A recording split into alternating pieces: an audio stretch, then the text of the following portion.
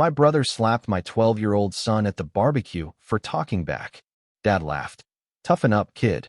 They didn't know the backyard camera was recording in 4K.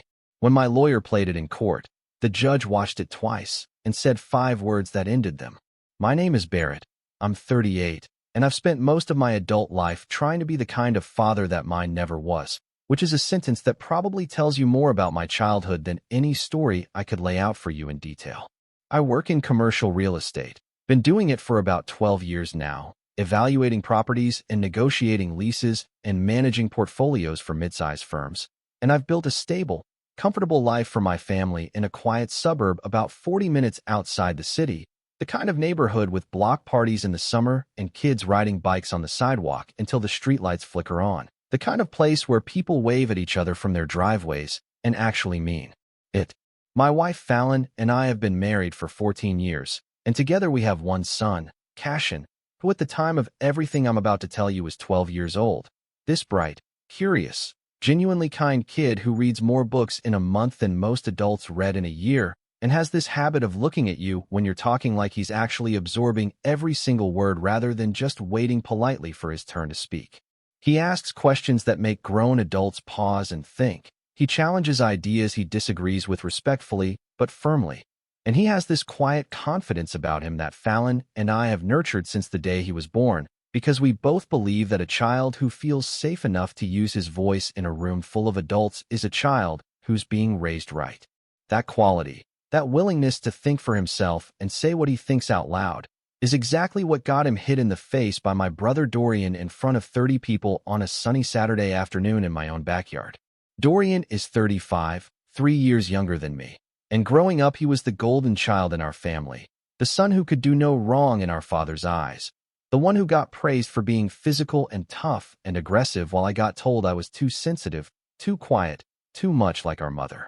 Our father, Elian, is 64 years old, and he is, to put it as plainly as I can, the kind of man who confused fear with respect his entire life and built a family on that confusion and never once questioned whether the foundation was cracked. He hit me growing up. I want to be very clear about that because it matters for everything that comes after this paragraph. Elian hit me with his hands, with his belt, with a wooden spoon, with whatever happened to be within reach when his temper decided it was time to teach me a lesson, and every single time. When the hitting was over and I was crying on the kitchen floor or in my bedroom with the door locked, he'd lean close and say the same 4 words in the same flat, emotionless tone. Toughen up, kid. Like my pain was a character flaw. Like tears were a sign of defective wiring. Like the whole purpose of fatherhood was to systematically destroy the soft parts of your child until there was nothing left that could feel. I spent years in therapy unraveling that. Years learning to name what happened to me as abuse rather than discipline. Years understanding that the fact that I turned out fine, which is the phrase every single person in my family loves to use like a shield, didn't validate the method. It meant I survived despite the method, not because of it. And there's a difference between those two things that some people will never be willing to see. So when Cashin was born, when they put this tiny, perfect, wrinkled human being in my arms for the first time, and he looked up at me with those unfocused newborn eyes, I made a promise to him and to myself that I would never, not once, not ever, for any reason, lay a hand on my son in anger. Fallon and I built our household on that promise, that emotional architecture, this fundamental belief that a home should be a place where a child is safe to make mistakes and have opinions and disagree and grow without the threat of physical pain hovering over every interaction like a storm cloud that never fully passes. And Cashin grew up inside that safety, and he became exactly the kind of kid I'd hoped he'd become. Confident without being arrogant, thoughtful without being timid, respectful of adults but not afraid of them. A 12-year-old who could sit at a table with grown-ups and participate in conversation like a real human being rather than a decorative object that should be seen and not heard. I was proud of that. I was proud of him every single day of his life. And then my brother hit him in the face because he dared to have an opinion. The barbecue was at my house, on my property, which matters both legally and emotionally because what happened to my son happened in the one place in the world where he should have been safest. It was mid-July, one of those endless summer Saturdays where the sky looks like it goes on forever and the air smells like charcoal and sunscreen and fresh-cut grass.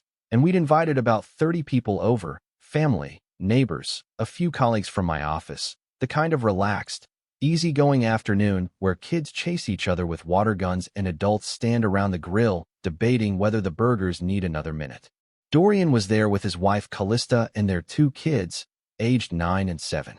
My parents were there, Elian holding court near the drink cooler the way he always does, nursing a beer and telling the same stories he's been recycling for 3 decades to whoever hasn't developed the reflex to walk away yet. My mother Amaris was there, moving between groups the way she always does, keeping the peace, managing Elian's energy, smoothing over any moment that threatened to become uncomfortable. Everything was fine. Everything was normal, or at least what passes for normal in a family that runs on tension they've all agreed to pretend doesn't exist. Here's what happened. Cashin was near the patio table where Dorian and a few other adults were having a conversation, and Dorian started going on one of his rants about how kids today are too soft, too coddled, how they spend too much time on their phones and not enough time getting knocked around, how when he was a kid he got smacked for talking back and it made him a better man. The same exhausting, recycled monologue that people who were hit as children deliver to justify the fact that they've never done the emotional work required to process what was actually done to them. And Cashin, my son, who was raised to think critically and engage with ideas rather than just nod and absorb them in respectful silence, looked at Dorian and said, "That's not really true though, Uncle Dorian. Studies show that hitting kids actually makes behavior worse, not better." That's what he said, word for word, in a calm, conversational tone with no attitude and no disrespect, because he'd actually read about it, because Fallon and I had discussed it with him, because he's the kind of kid who supports his opinions with information rather than volume. And Dorian's face changed.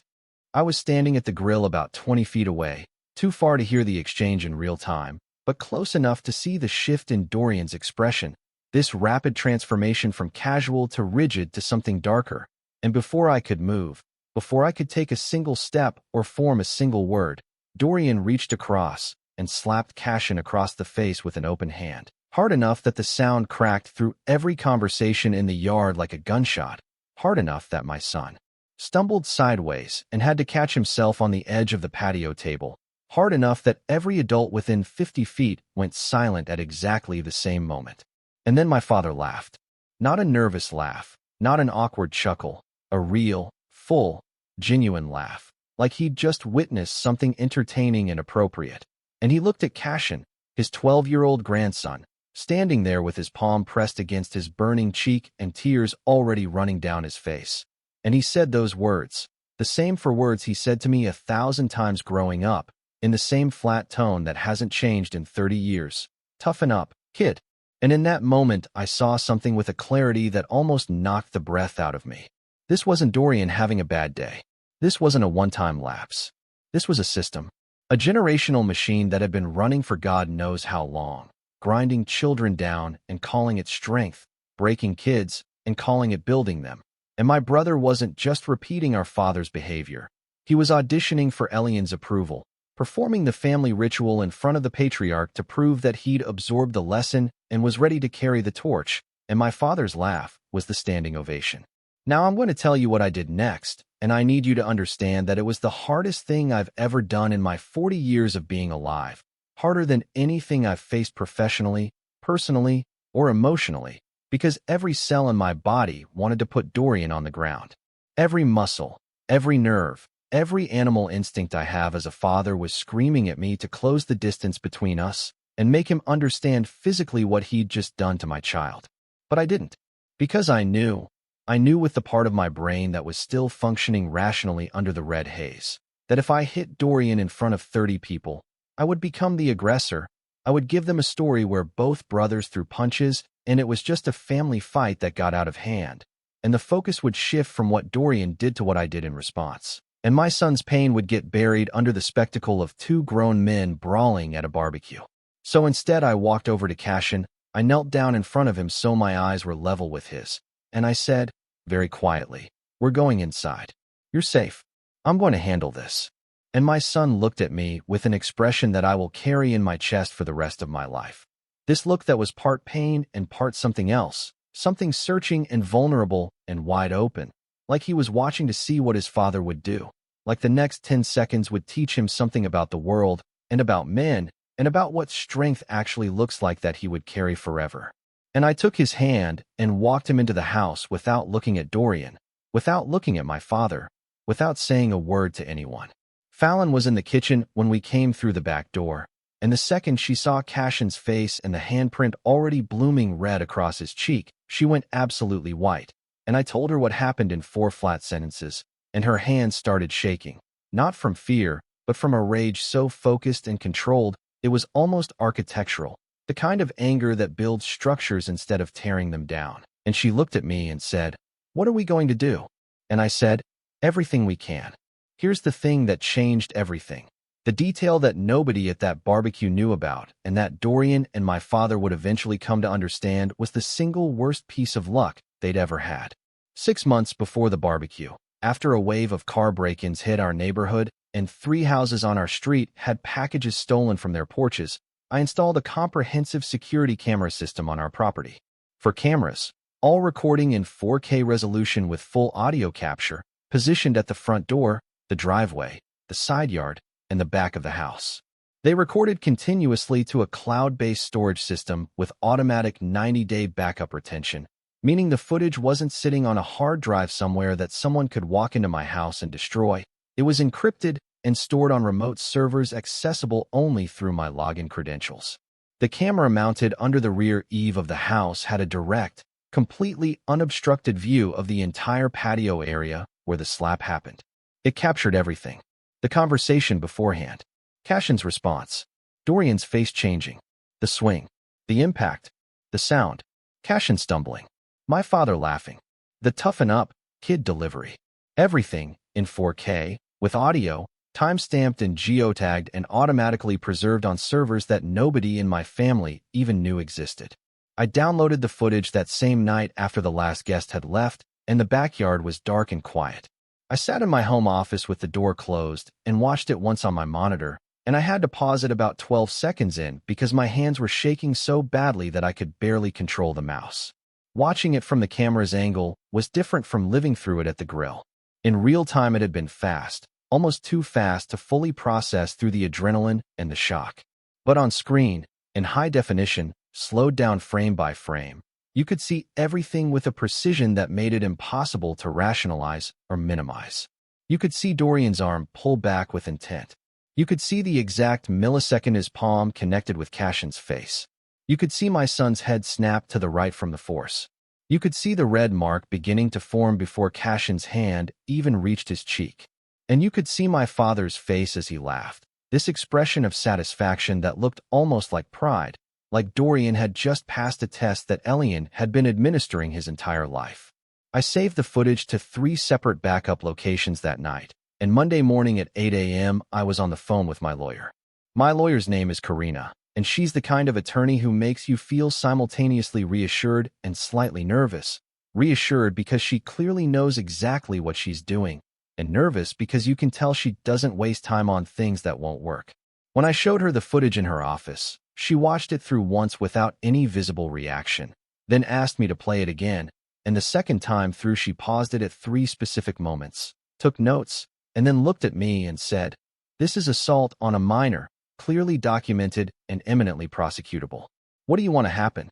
I told her I wanted to file criminal charges against Dorian, and I wanted to pursue a protective order that covered both Dorian and my father, because Elian's response, laughing at the assault and verbally encouraging it in front of the victim, constituted active endorsement of violence against a child and established him as a participant in a pattern of normalized abuse rather than a passive bystander. Karina nodded and told me the footage was exceptional evidence. Clear video, clear audio, identifiable subjects, a 12-year-old victim, and a corroborating response from another family member that demonstrated a systemic culture of accepted violence against children. Before we filed anything, Karina recommended that I take Cashin to a child psychologist, both for his genuine well-being, which was my primary and most urgent concern, and because a professional clinical assessment of the psychological impact would significantly strengthen our legal position. We found a therapist named Dr. Kensington who specialized in childhood trauma and adverse family experiences, and Cashin saw her 3 times over the following 2 weeks, each session lasting about an hour. The report Dr. Kensington produced was comprehensive, and it broke my heart to read it. She documented that Cashin was experiencing heightened anxiety around adult male authority figures, persistent difficulty falling and staying asleep, hypervigilance in social gatherings where extended family might be present, recurring intrusive thoughts about the incident, and most devastatingly, a persistent belief that he had caused the violence by speaking up, that the slap was his fault because he should have just kept his mouth shut and let Uncle Dorian talk without challenging him. Reading those words on a clinical document, seeing my son's inner experience translated into precise psychological terminology, understanding that the bright, confident, fearless kid I'd spent 12 years building up had been partially dismantled in a single moment by someone who was supposed to love him. That was worse than watching the footage. The footage showed me what happened to my son's face. The report showed me what happened to the architecture of his mind. And architecture, once cracked, takes a very long time to rebuild. Dr. Kensington's clinical conclusion stated that the incident constituted a significant traumatic event whose psychological impact was substantially compounded by the response of a trusted family elder who normalized and endorsed the violence, effectively communicating to Cashin that he deserved what had happened to him and that his pain was not worthy of adult concern. The week after we filed the charges, before the court date was even scheduled, Dorian showed up at my house uninvited. It was a Tuesday evening, about 7:30. The sun was starting to go orange behind the treeline, and I was in the garage organizing tools when I heard his truck pull into my driveway too fast, the engine revving in that aggressive way people drive when they're already angry before they arrive. He got out, and he was shouting before his boots hit the pavement, face flushed red, veins standing out in his neck, and he came at me across the driveway, jabbing his finger at my chest and saying he knew about the cameras now and that I needed to delete the footage immediately, that I was blowing this whole thing completely out of proportion, that it was one single slap, and filing criminal charges against your own brother over a little bit of discipline that the kid probably needed. Anyway, it was the most pathetic, weak, spineless thing he'd ever heard of, and it proved everything that was wrong with me and with the way I was raising my son. He got close enough that I could smell beer on his breath, and he put his finger on my sternum hard enough to push me back a half step and said, "You delete that video, Barrett, or I swear to God you're going to regret making an enemy out of me."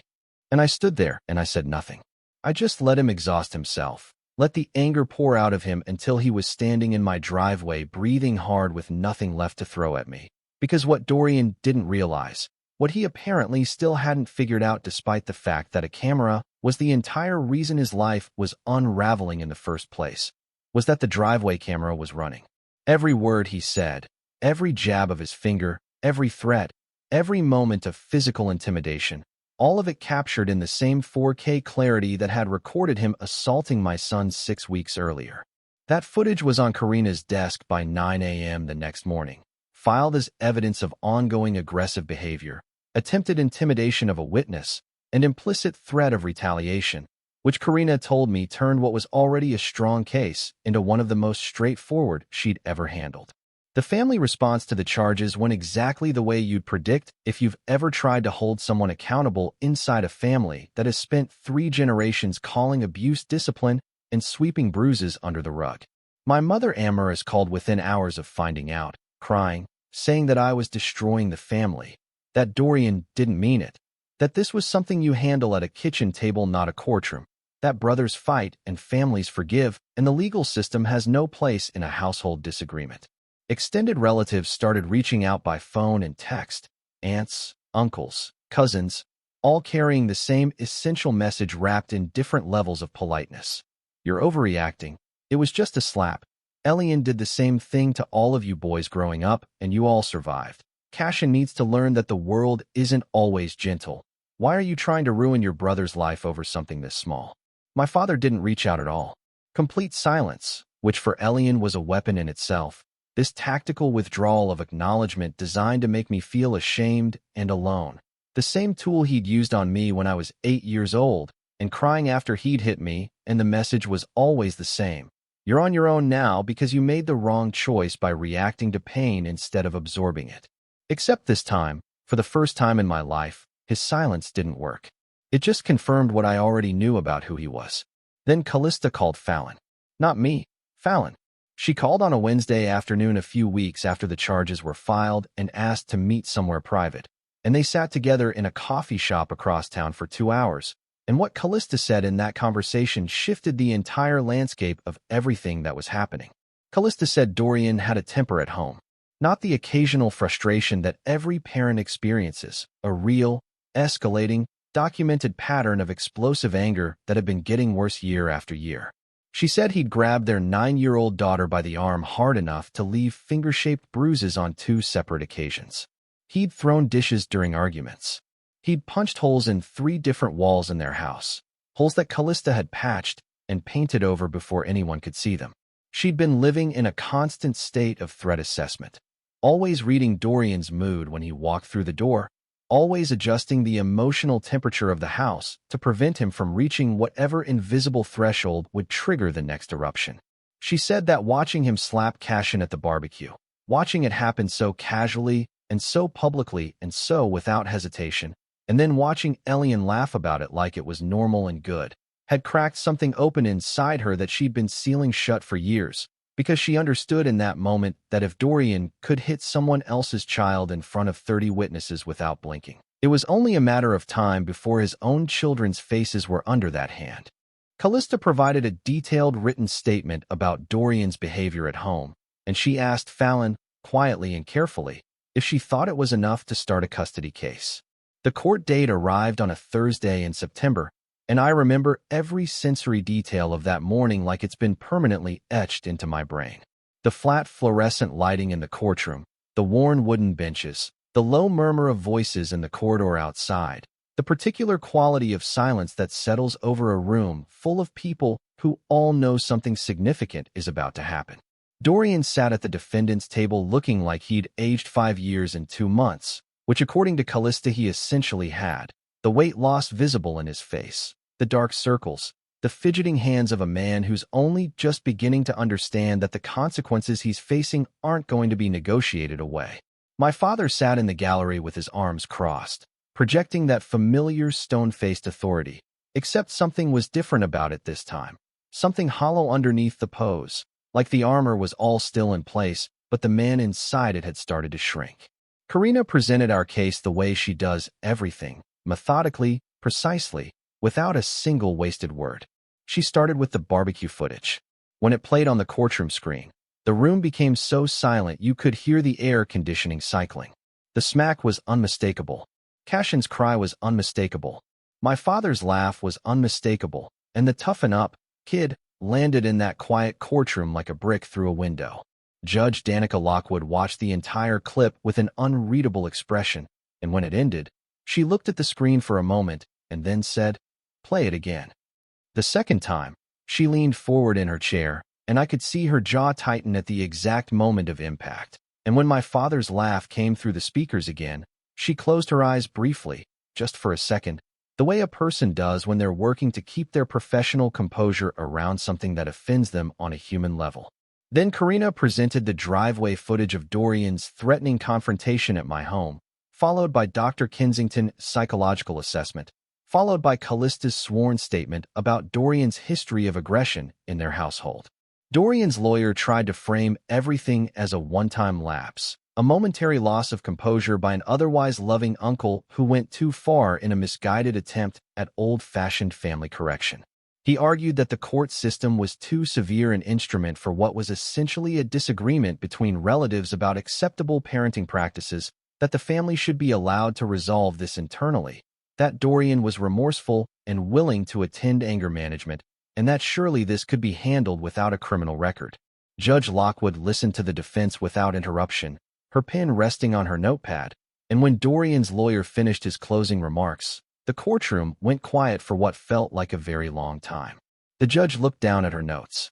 Then she looked up, directly at Dorian, and said 5 words that I will hear in my head for the rest of my natural life. She said, "That child trusted you completely." 5 words. The courtroom didn't breathe. Dorian's face emptied out completely, every justification, every rationalization, every internal story he'd been telling himself about how it wasn't that bad and the kid needed to learn, and it's just how their family does things. All of it just drained away. And then Judge Lockwood continued, and what she said over the next several minutes was the most precise, surgically devastating assessment of our family's dysfunction that I had ever heard from anyone. She said that striking a child who is not your own, in the child's own home, in front of witnesses, with sufficient force to leave a visible injury, while the child's grandfather laughed and endorsed the violence, represented not an isolated lapse in judgment, but a deeply ingrained culture of normalized violence that had been transmitted across generations and was being perpetuated openly. She said the footage didn't merely document an assault. It documented a family system that had collectively decided that children's bodies were acceptable outlets for adult frustration, and that the court had both the authority and the obligation to intervene before that system produced another victim. She granted the protective order against Dorian, full no contact with Cashin, and prohibited from being within 500 feet of our home, Cashin's school, or any location where Cashin was known to be present. And then she did something Karina told me later was uncommon, but well within judicial discretion. She extended the protective order to include my father, Elian, on the grounds that his verbal endorsement of the assault, his laughter during the incident, and the documented generational history of physical discipline that I had testified to under oath established Elian not as a passive bystander, but as an active participant in the normalization of violence against minors. When the judge said my father's name, when she read the terms of the order that would legally prohibit him from seeing his grandson, I watched the man who had controlled our family through intimidation and silence for over 3 decades go completely still in his seat. And for the first time in my 40 years of knowing him, I saw something in Elian's face that I had never seen before. It wasn't anger. It wasn't defiance. It was fear. The genuine, unmasked fear of a man who has just realized that the authority he built his entire identity on, the authority of the fist and the belt and the toughen up, has been overridden by an authority he cannot stare down, shout over, or make small enough to ignore. The custody domino fell about 6 weeks later. Callista, armed with the court's findings, the footage, the protective order, and the sworn testimony she'd already provided, filed for emergency custody modification of her and Dorian's 2 children. She cited Dorian's documented pattern of aggressive behavior, the court's formal finding regarding the assault on Cashin, the threatening confrontation at my home, and the evidence from her own written statement about escalating violence in their household. Dorian, already reeling from the criminal charges and the protective order, suddenly found himself fighting a war on 2 fronts with the same evidence being used against him in both. His attorney told him privately that the custody battle was going to be extremely difficult to win given the existing court record, and within 3 months, Callista was granted primary custody with Dorian reduced to supervised visitation only, meaning the man who slapped my 12-year-old son for having an opinion was now only permitted to see his own children in the presence of a court-appointed monitor, in a supervised facility, for 2 hours every other weekend. My father never apologized. Not to me, not to Cashin, not to Fallon, not to anyone. He retreated into an increasingly small version of his life, cut off from his grandson by a court order he couldn't override, slowly cut off from the extended family by a creeping realization that moved through our relatives over the following months, the understanding that what happened at the barbecue wasn't an anomaly, but a symptom, the visible tip of something that had been running beneath the surface of our family for decades, poisoning the water and calling it medicine. My mother still calls sometimes, and there's always this specific heaviness in her voice now. This sadness that I think comes from finally seeing something she spent 40 years training herself not to look at. The fact that the man she married built their family on a foundation of fear and dressed it up as love, and that her 2 sons absorbed different lessons from the same broken classroom. Dorian learned to swing, and I learned to make sure it never happened again. Cashin is doing better. I want to say that clearly and specifically because it matters more than anything else in this entire story. He's still seeing Dr. Kensington once a week, still working through the layers, still untangling the complicated knot of emotions that comes from being hurt by someone who was supposed to be safe, and then watching another person who was supposed to be safe laugh about it. But he's sleeping through the night again. He's talking more.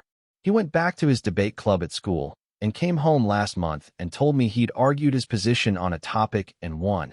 And the way he said it, This quiet pride in his voice that had nothing to do with the trophy and everything to do with the fact that he'd used his voice and the world didn't punish him for it. That told me more about his recovery than any clinical report ever could. He told me a few weeks ago, sitting on the back porch after dinner with the yard dark and the crickets going, that he doesn't feel like it was his fault anymore, that he knows he didn't do anything wrong by speaking up. And when he said that I had to excuse myself and go inside for a minute because I didn't want him to see me crying, not because I'm ashamed of tears, but because that moment was his, it was his victory, his rebuilt foundation, and I didn't want to redirect it toward my feelings when it belonged entirely to his. The camera is still there, mounted under the back eave, recording in 4K every single day.